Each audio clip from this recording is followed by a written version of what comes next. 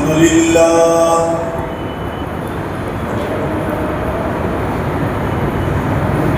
لله نحمده ونستعينه ونستغفره ونؤمن به ونتوكل عليه ونعوذ بالله من شرور أنفسنا ومن سيئات أعمالنا من يهده الله فلا مضل له ومن يضلله فلا هادي له ونشهد أن لا إله إلا الله وحده لا شريك له ونشهد أن سيدنا ومولانا محمدا عبده ورسوله أما بعد فقد قال الله تبارك وتعالى في كلامه المجيد والفرقان الحميد فأعوذ بالله من الشيطان الرجيم بسم الله الرحمن الرحيم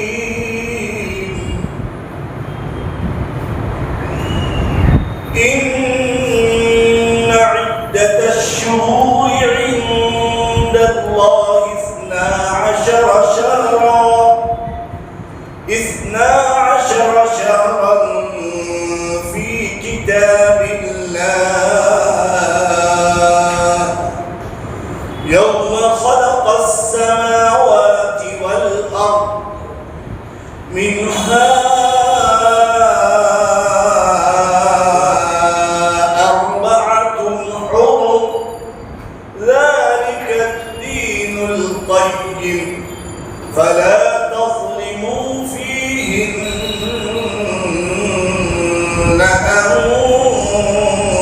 أنفسكم وقال النبي صلى الله عليه وسلم أفضل الصيام بعد رمضان شهر الله المحرم الحرام صدق الله مولانا العظيم وصدق رسوله النبي الكريم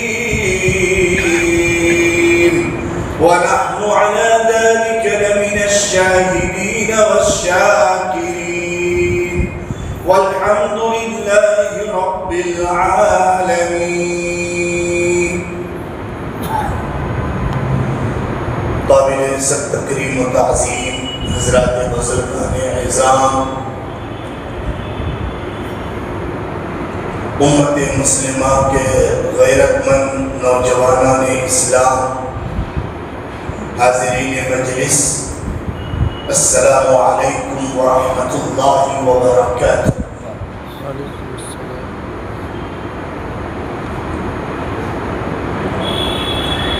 شہر عزیز مالیگاؤں کے ایک نامور مشہور و معروف شاعر گزرے ہیں جن کا نام ہے ریاض احمد ریاض مالیگاؤں. انہوں نے ماہ محرم اور اس کی خرافات کا نقشہ اس طور پر کھینچا ہے کہ ستم ہے، ظلم ہے، افسوس یہ ہرگز نہ ہونا تھا. ستم ہے، ظلم ہے، افسوس یہ ہرگز نہ ہونا تھا. مسلمان بھول بیٹھا ہے سبق ماہ محرم کا. مسلمان بھول بیٹھا ہے سبق ماہ محرم کا. جو بدعت ہو سراسر، بدعت کس کو کہتے ہیں کہ کسی نئی چیز کو گڑھ لینا، ایجاد کر دینا اور اسے دین سمجھ کر، سنت شریعت اور ثواب کی چیز سمجھ کر اس پر عمل کرنا، اس کو بدعت کہتے ہیں. تو شاعر وقت کیا کہہ رہے ہیں؟ جو بدعت ہو سراسر وہ سنت ہو نہیں سکتی. جو بدعت ہو سراسر وہ سنت ہو نہیں سکتی۔ سواری تعزیہ داری کوئی گرویدہ ماتم کا، سواری تعزیہ داری کوئی گرویدہ ماتم کا۔ ماہ محرم جاری اور ساری ہے۔ آئندہ ہفتہ 10 محرم الحرام یعنی یوم عاشورہ ہوگا۔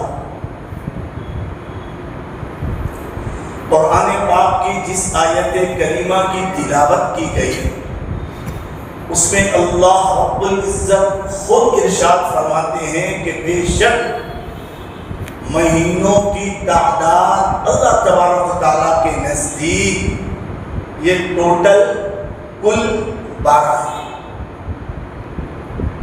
اور یہ کتاب اللہ میں ہے۔ اور کس دن سے یہ مہینوں کی تعداد 12 ہے؟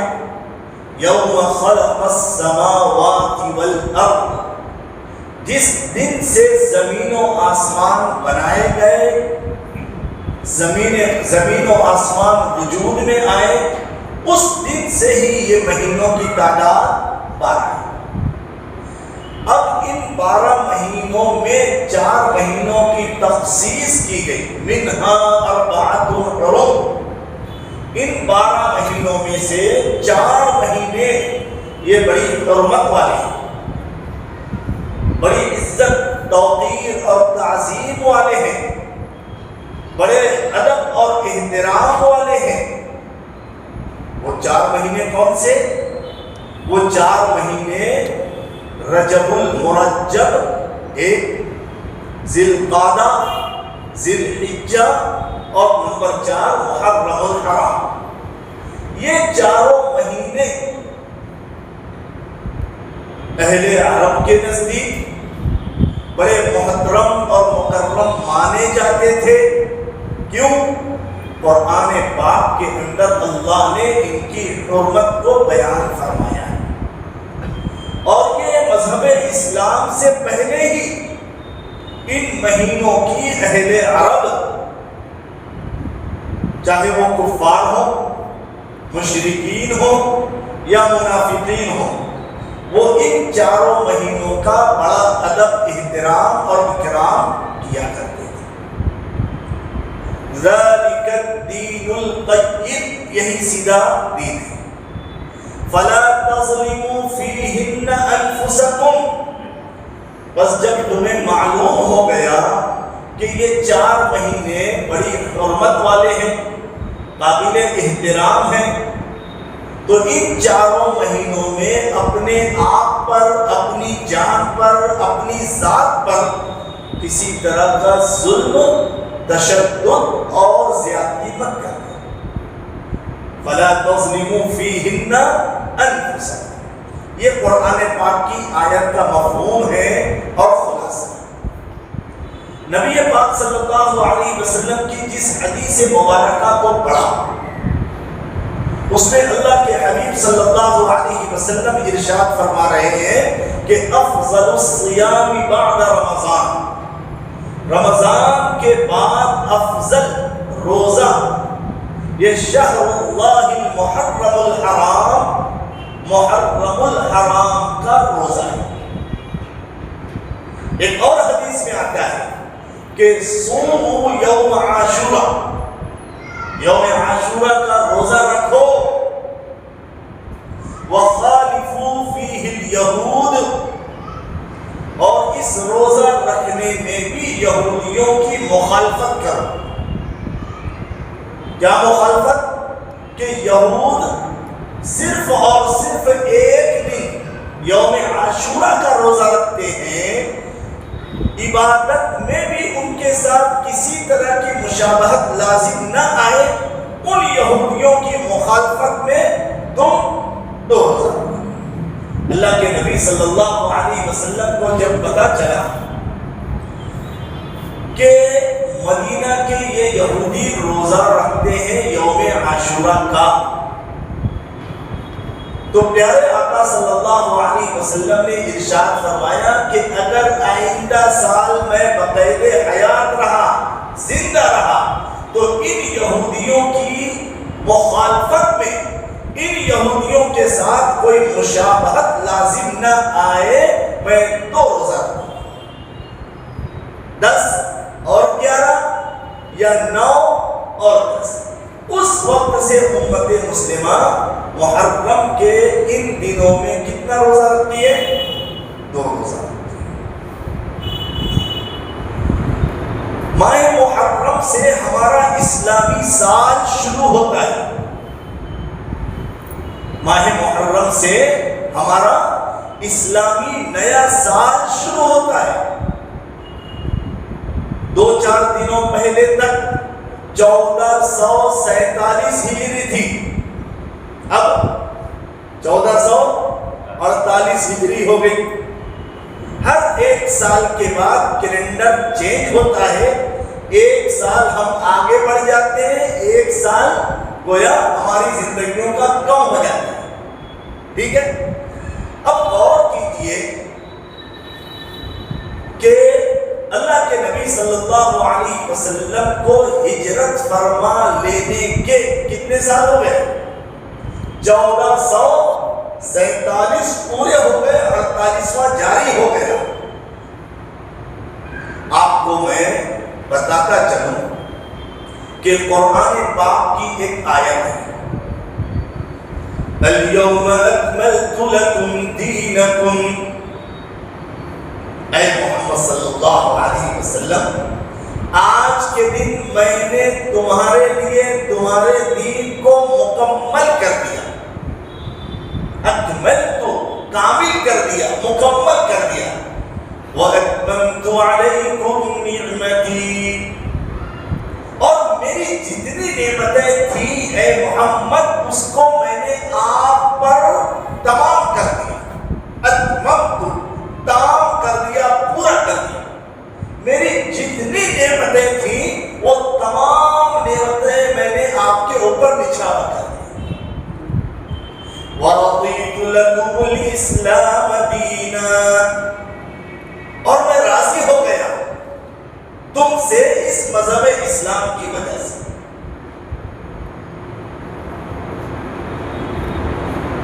نبی پاک صلی اللہ علیہ وسلم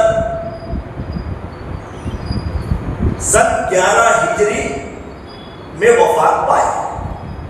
میں تاریخ بتا رہا ہوں، ماہ محرم کے اندر ہم کو کرنا کیا ہے اور ہو کیا رہا ہے۔ جب ہم تاریخ جانیں گے تو پتہ چلے گا کہ اس کا تو دین سے دور دور تک کا کوئی تعلق اور واسطہ نہیں۔ شہدائے کربلا یا سیدنا حسین رضی اللہ تعالی عنہ کی شہادت کے نام سے ہم اس ماہ محرم کے ان 10 دنوں میں، 10-11 دنوں میں جو کچھ کرتے ہیں، کتنا صحیح ہے، کتنا غلط ہے، کتنا سنت اور شریعت کے مطابق ہے اور کتنا بدعت ہے، وہ ہمیں سمجھ میں آئے گا۔ میں نے جو آیت پڑھی، اليوم اکملت لکم دینکم واتممت علیکم نعمتی، آج کے دن میں نے تمہارے لیے دین کو مکمل کر دیا۔ کیا مطلب؟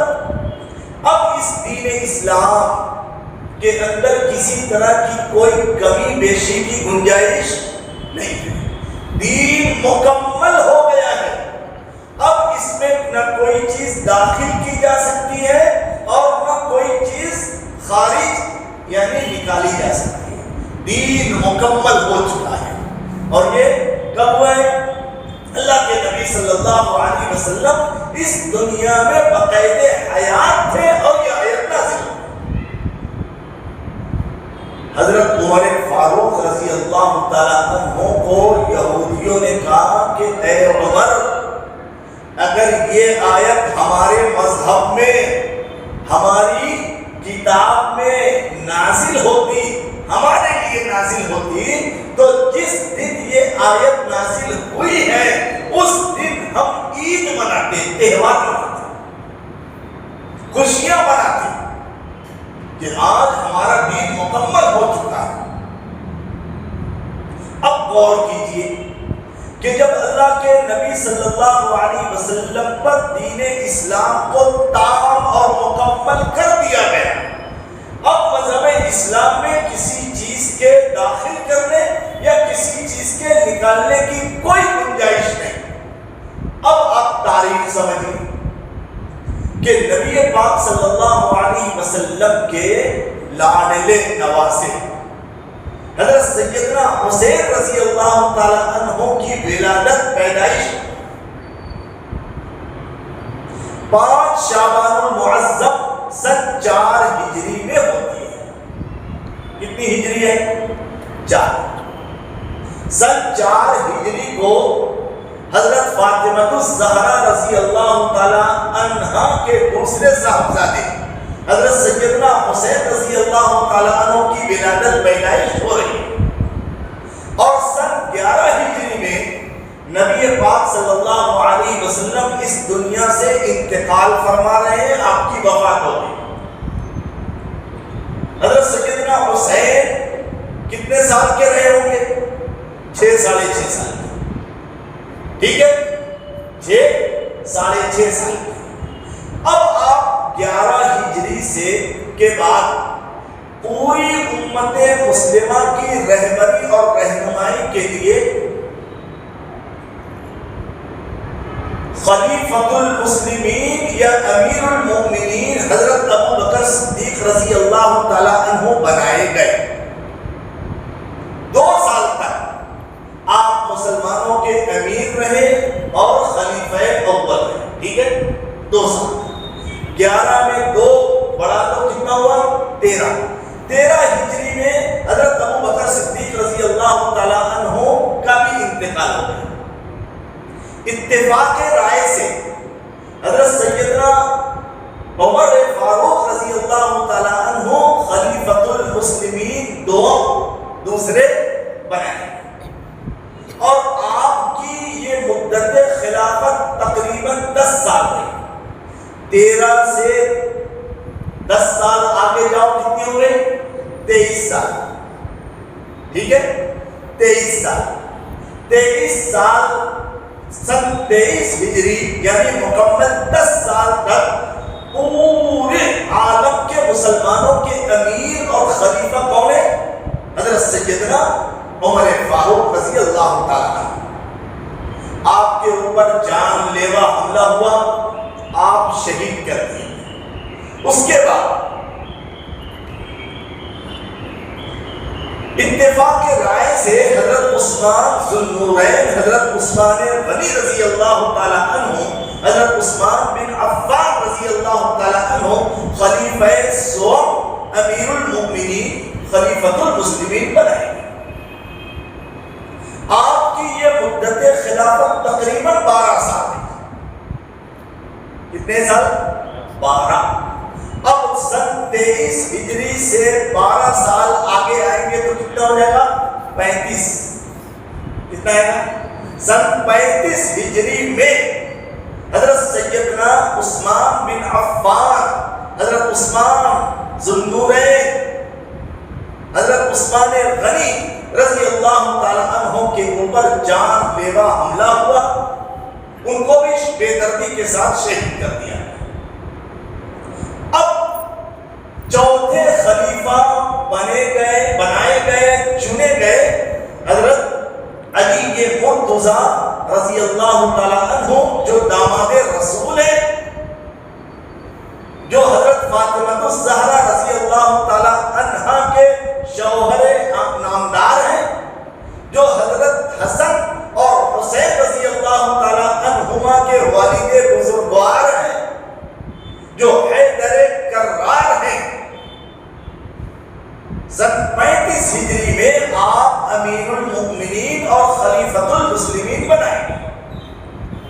5 سال تک آپ مسلمانوں کے امیر کی حیثیت سے امت مسلمہ کی رہبری رہنمائی فرماتے ہیں۔ سن 40 ہجری میں آپ کے اوپر بھی جان لیوا حملہ ہوا، آپ کو بھی بڑی بے دردی کے ساتھ شہید کر دیا گیا۔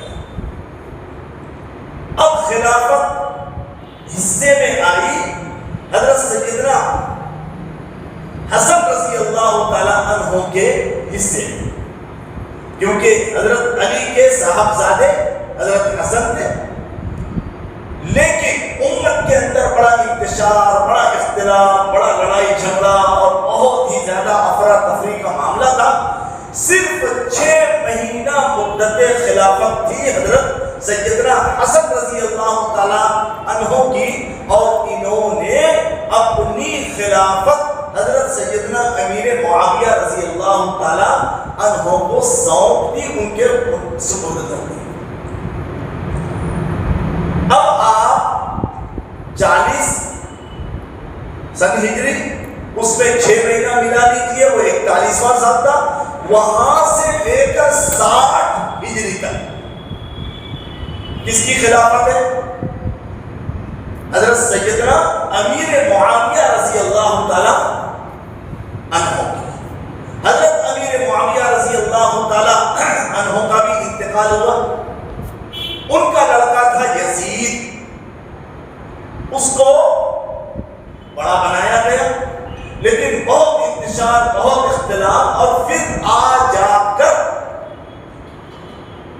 سن 61 ہجری میں میدان کربلا کے اندر شہادت حسین جیسا سانحہ پیش آیا۔ کتنی ہجری میں؟ سن 61 ہجری۔ اب آپ کو پیچھے لوٹنا ہے۔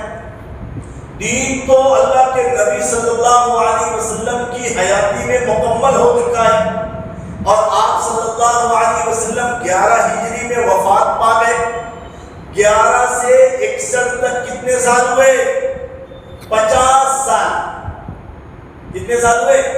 50 سال کے بعد حضرت سیدنا حسین رضی اللہ تعالیٰ عنہ کی شہادت کا المناک اور غمناک سانحہ پیش آیا۔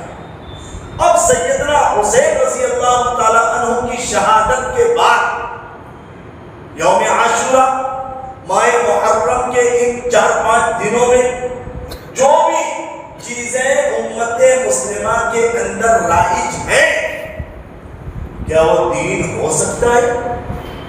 وہ سنت شریعت ہو سکتی ہے؟ ہرگز نہیں۔ کیوں؟ اس لیے کہ دین تو اللہ کے نبی صلی اللہ علیہ وسلم کی حیاتی میں مکمل ہو چکا ہے، اور حضرت سیدنا حسین رضی اللہ تعالیٰ عنہ کی شہادت نبی پاک صلی اللہ علیہ وسلم کی وفات کے 50 سال بعد ہو رہے ہیں۔ شہادت کا ساتھ واقعہ۔ اب ان کی شہادت کے بعد جو چیزیں ان کی محبت میں یا ان کی شہادت کے غم میں ہم جو کچھ کر رہے ہیں، کھانے پکانے کے اعتبار سے، تعزیہ، سواری، ماتم، سدا، علم، کھچڑا، ملیدہ، پلیٹ، کالے کپڑے پہننا، اور گھروں پر سیاہ جھنڈے لہرانا، اور جلوس نکالنا، آگ پر انگاروں پر چلنا، یہ سب دین نہیں ہے، بلکہ یہ بدعت ہے۔ یہ دین کے اندر نئی چیز کا ایجاد کرنا ہے، اور اللہ کے نبی صلی اللہ علیہ وسلم کی بڑی مشہور حدیث ہے، شر الامور محدثاتها،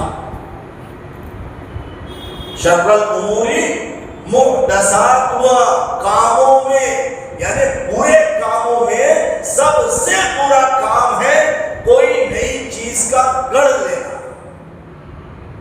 کاموں میں سب سے برا کام کیا ہے؟ کسی نئی چیز کا ایجاد کر لینا، کسی نئی چیز کا گھڑ لینا، کسی نئی چیز کو رواج دے دینا، اسے دین، سنت، شریعت یا نیک کام سمجھ کر کرنا، یہ ہے بدعت۔ وَشَرَّ الْأُمُورِ مُحْدَثَاتُهَا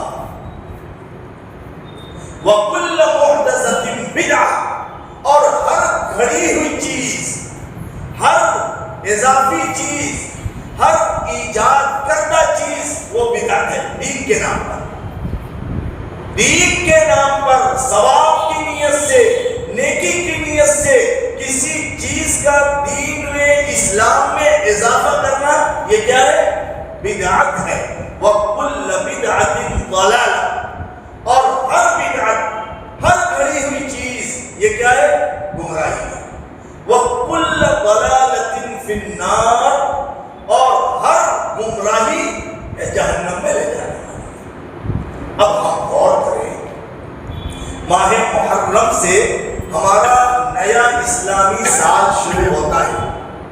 ہونا تو یہ چاہیے تھا کہ نیک اعمال کے ذریعے سے ہمارے نئے اسلامی سال کی شروعات ہوتی، جیسا کہ اللہ کے نبی صلی اللہ علیہ وسلم کا فرمان ہے کہ ماہ محرم کے کسی بھی دن، ماہ محرم کے کسی بھی دن، یعنی پورے مہینے میں کسی نے بھی ایک روزہ رکھا تو اسے ایک مہینے کے روزہ رکھنے کا ثواب ملے گا۔ ترغیب دی اللہ کے نبی نے، شوق پیدا کرنا چاہا کہ یہ مہینے کی شروعات کس سے؟ اپنے نفس کو مارتے ہوئے، اللہ کی طاعت و بندگی کرتے ہوئے، نیک اعمال کے ساتھ شروع ہونی چاہیے۔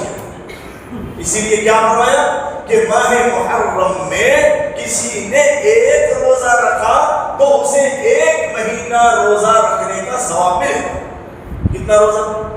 ایک مہینے تک روزہ رکھنے کا ثواب ملے گا۔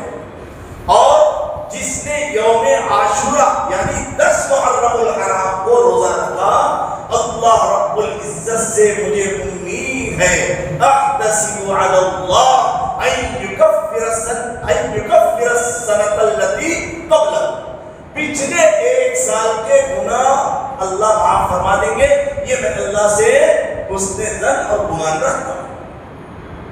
اب آپ غور کیجیے کہ یوم عاشورہ کو امت مسلمہ کا ایک طبقہ نہ خود روزہ رکھتا ہے، نہ روزہ رکھنے کی ترغیب دیتا ہے، بلکہ شربت بنا کر، ملیدہ بنا کر، کھچڑا بنا کر، یا اور جو کچھ الگ الگ علاقوں میں بنتا ہے، بنایا جاتا ہے، اس کے ذریعے سے ایک نیک کام روزہ رکھنا جو اللہ کے نبی کا فرمان ہے، اس سے بھی گویا روک لیا جاتا ہے۔ نہ خود رکھتے ہیں، نہ دوسروں کو رکھنے دیتے ہیں۔ یاد رکھیے، یہ ماہ محرم یہ شہر اللہ ہے، اللہ کا مہینہ ہے، اور اللہ کا اگر یہ مہینہ ہے تو اس کی عظمت اور اس کی قدردانی، اس کا ادب احترام، اس کا اکرام اور استقبال نیک اعمال کے ذریعے سے ہونا چاہیے۔ لیکن شیطان کو کب یہ ہضم ہونے والا؟ شیطان نے ایڑی چوٹی کا زور لگایا اور امت مسلمہ کو نت نئی بدعات اور خرافات میں خلق مست کر دیا۔ اب امت اس کو دین سمجھ کر، ثواب کا کام سمجھ کر، سنت شریعت سمجھ کر، ہمارے بڑوں نے ایسا کیا ہے تو یقیناً یہ نیک کام ہے، صحیح کام ہے۔ امت کا بہت بڑا طبقہ بدعات، خرافات، رسومات، جاہلانہ طور طریقے میں ایسی ملوث ہو گئی ہے کہ اب ثواب تو کیا ملتا، گناہ ملتا۔ ضرورت اس بات کی ہے کہ اللہ کے نبی صلی اللہ علیہ وسلم نے ماہ محرم کے لیے، یوم عاشورہ کے لیے کیا پیغام دیا ہے، بس اس کو لینا ہے اور بقیہ تمام چیزوں کو ہمیں چھوڑ دینا ہے۔ حدیث پاک کے ذریعے سے صرف 2 چیزوں کا پتہ چلتا ہے۔ نمبر 1، صوموا یوم عاشورہ، یوم عاشورہ کا روزہ رکھو۔ وَخَالِفُوا فِيهِ الْيَهُودَ، اس روزہ رکھنے میں بھی تم یہودیوں کی مخالفت کرو۔ کیوں؟ وہ ایک روزہ رکھتے ہیں، مخالفت کیسے ہوگی؟ تم 2 روزہ رکھو۔ ثواب بتا دیا کہ جو بندہ یوم عاشورہ کا 10 محرم الحرام کا روزہ رکھے گا، اللہ تبارک سال کے گناہوں کو معاف کر دیں گے۔ یہ ہو گئی بشارت، یہ ہو گئی پکی بات جو اللہ کے نبی نے فرمایا۔ اور دوسری بات، مَن وَسَّعَ عَلَىٰ عَيَالِهِ وَأَهْلِهِ، جس نے یوم عاشوراء کو اپنے اہل و عیال، اپنے فیملی کے ممبران پر خرچ کرنے میں اضافہ کیا، فراخی سے کام لیا، کشادگی اور وسعت سے کام لیا، وَسَّعَ اللَّهُ عَلَىٰ سَائِرَ السَّنَةِ، پورے سال اللہ تبارک و تعالیٰ اس کی روزی میں برکت عطا فرمائیں گے۔ مَن وَسَّعَ عَلَىٰ عَيَالِهِ وَأَهْلِهِ یوم عاشوراء، جس نے یوم عاشوراء کو اپنے اہل و عیال، فیملی، ممبران کے اوپر خرچ کرنے کے اعتبار سے وسعت، فراخی اور کشادگی سے کام لیا، وَسَّعَ اللَّهُ عَلَىٰ سَائِرَ السَّنَةِ، اللہ تبارک و تعالیٰ پورے سال اس کی روزی میں اضافہ فرمائیں گے، برکت فرمائیں گے، بڑھوتری فرمائیں گے۔ ان دو باتوں کے علاوہ ماہ محرم میں اور کسی چیز کا حکم نہیں ہے۔ اب ہم دیکھیں ہمارے معاشرے میں، ہمارے اطراف و اکناف میں، ہمارے قرب و جوار میں، یا ہمارے اپنے رشتہ داروں پڑوسیوں میں کیسی کیسی چیزیں دین بن کر، دین کا حصہ بن کر رائی جائیں، ان سے ہمیں بچنا ہے۔ کیوں؟ اس لیے کہ اگر ہم نے سنت کو ترک کیا، بدعت کو اختیار کیا، وَكُلُّ بِدْعَةٍ ضَلَالَةٍ، ہر بدعت گمراہی ہے، وَكُلُّ ضَلَالَةٍ فِي النَّارِ، ہر گمراہی وہ جہنم میں لے جائے۔ اب آپ غور کریں، اگر یہ دین ہوتا، یہ اسلام کا طریقہ ہوتا، یہ سنت شریعت کا پسندیدہ عمل ہوتا، تو ان چیزوں کو تو سیدنا حسین کی وفات کے، سیدنا حسین کی شہادت کے بعد جو صحابہ بقید حیات تھے، زندہ تھے، وہ کرتے، لیکن 100 سال بعد تک زندہ رہنے کے بعد بھی صحابہ، صحابیات یا ان کی آل اولاد سے وہ چیزیں دور دور تک ہمیں ملتی نہیں جو ماہ محرم میں امت مسلمہ کے بہت سارے طبقوں میں یہ چیزیں رہ گئی۔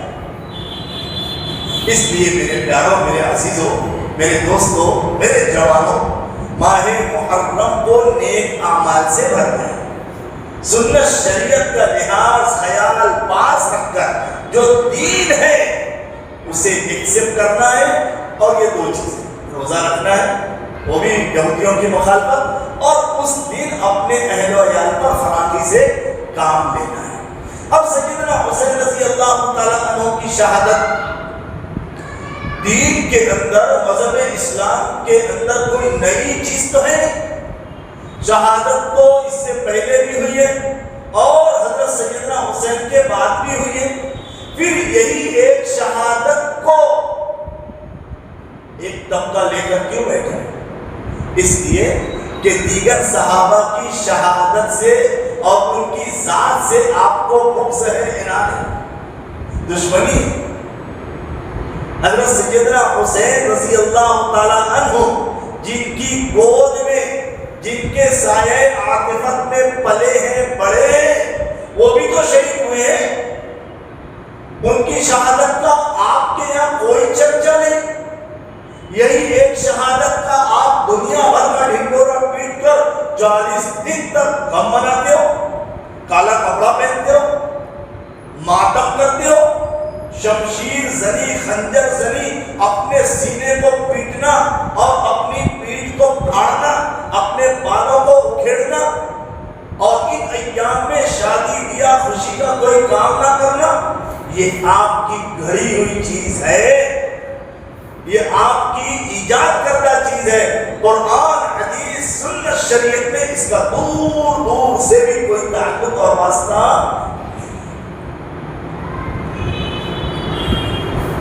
روئے وہ جو منکر ہیں حیات شہداء کے، روئے وہ جو منکر ہیں حیات شہداء کے، ہم زندہ و جاوید کا ماتم نہیں کرتے۔ کیوں؟ اللہ کہہ رہے ہیں کہ جو لوگ اللہ کی راہ میں قتل کر دیے گئے، شہید کر دیے گئے، تم انہیں مردہ مت کہو، وہ زندہ ہے، اور کس طریقے سے زندہ ہے اس کا شعور تمہیں نہیں، تم کو پتہ نہیں چلے گا کہ اللہ نے ان کو کیسا زندہ رکھا ہے، وہ لا یشعرون، ان کو پتہ نہیں چلے گا۔ جب اللہ نے اللہ کی راہ میں شہید ہونے والوں کو زندہ کہہ دیا ہے، ہمیں کیا حق ہے کہ ان کی شہادت کے بعد غم منانا، سینہ کو بھی کرنا، نوحہ خوانی کرنا، شمشیر زنی خنجر زنی کرنا، بلیک کپڑے پہننا، سوگ منانا، مرثیہ پڑھنا، کالے جھنڈے بلند کرنا، غم کا جلوس نکالنا، تعزیہ بنانا۔ یہ تعزیہ کیا ہے؟ یہ حضرت سیدنا حسین رضی اللہ تعالیٰ عنہ کی شبیہ ہے، شبیہ۔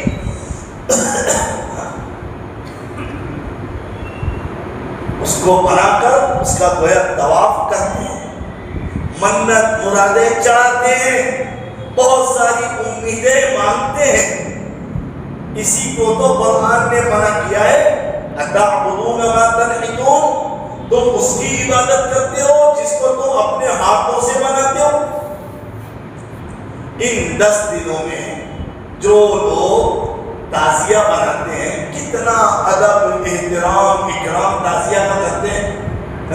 اچھا 10 دن تو بہت ادب احترام اور اکرام سے اس کو محفوظ رکھتے ہیں، اور پھر اس کے بعد اس کا کیا حشر ہوتا ہے؟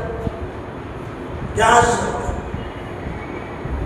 اللہ نے عقل سلیم دی ہے، قرآن اور حدیث ہمارے لیے رہبر و رہنما ہے، صحابہ کی زندگیاں ہمارے لیے نمونہ ہے، پیارے آقا صلی اللہ علیہ وسلم کی پوری سیرت ہماری پوری زندگی میں رہبری کرتی آئی ہے۔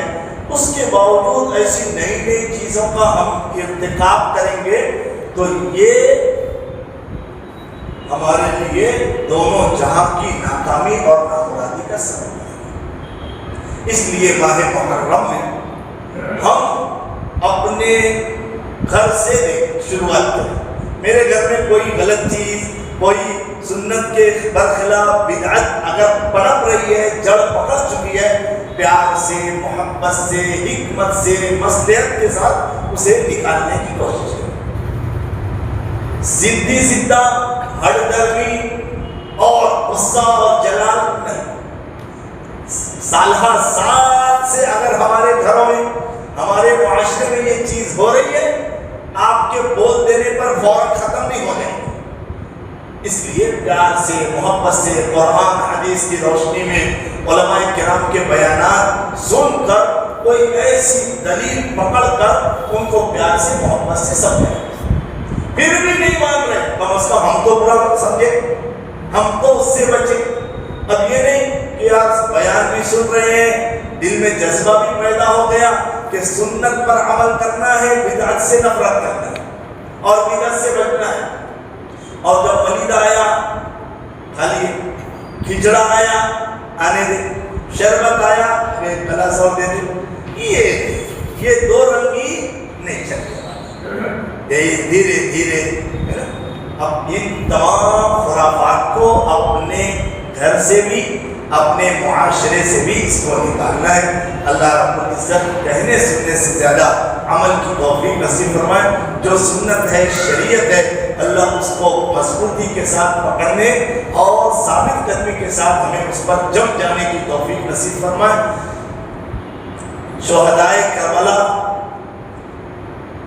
اور حضرت سیدنا حسین رضی اللہ تعالیٰ عنہ اور جتنے 72 جانثاروں نے دین اسلام کی سرسبزی، شادابی، آبیاری کے لیے اپنی جان اور اپنے خون کا نذرانہ پیش کیا ہے، اللہ ان کے اس نیک عمل کو قبول فرمائے اور ہمارے کو ان کے نقش قدم پر چلنے کی توفیق نصیب فرمائے۔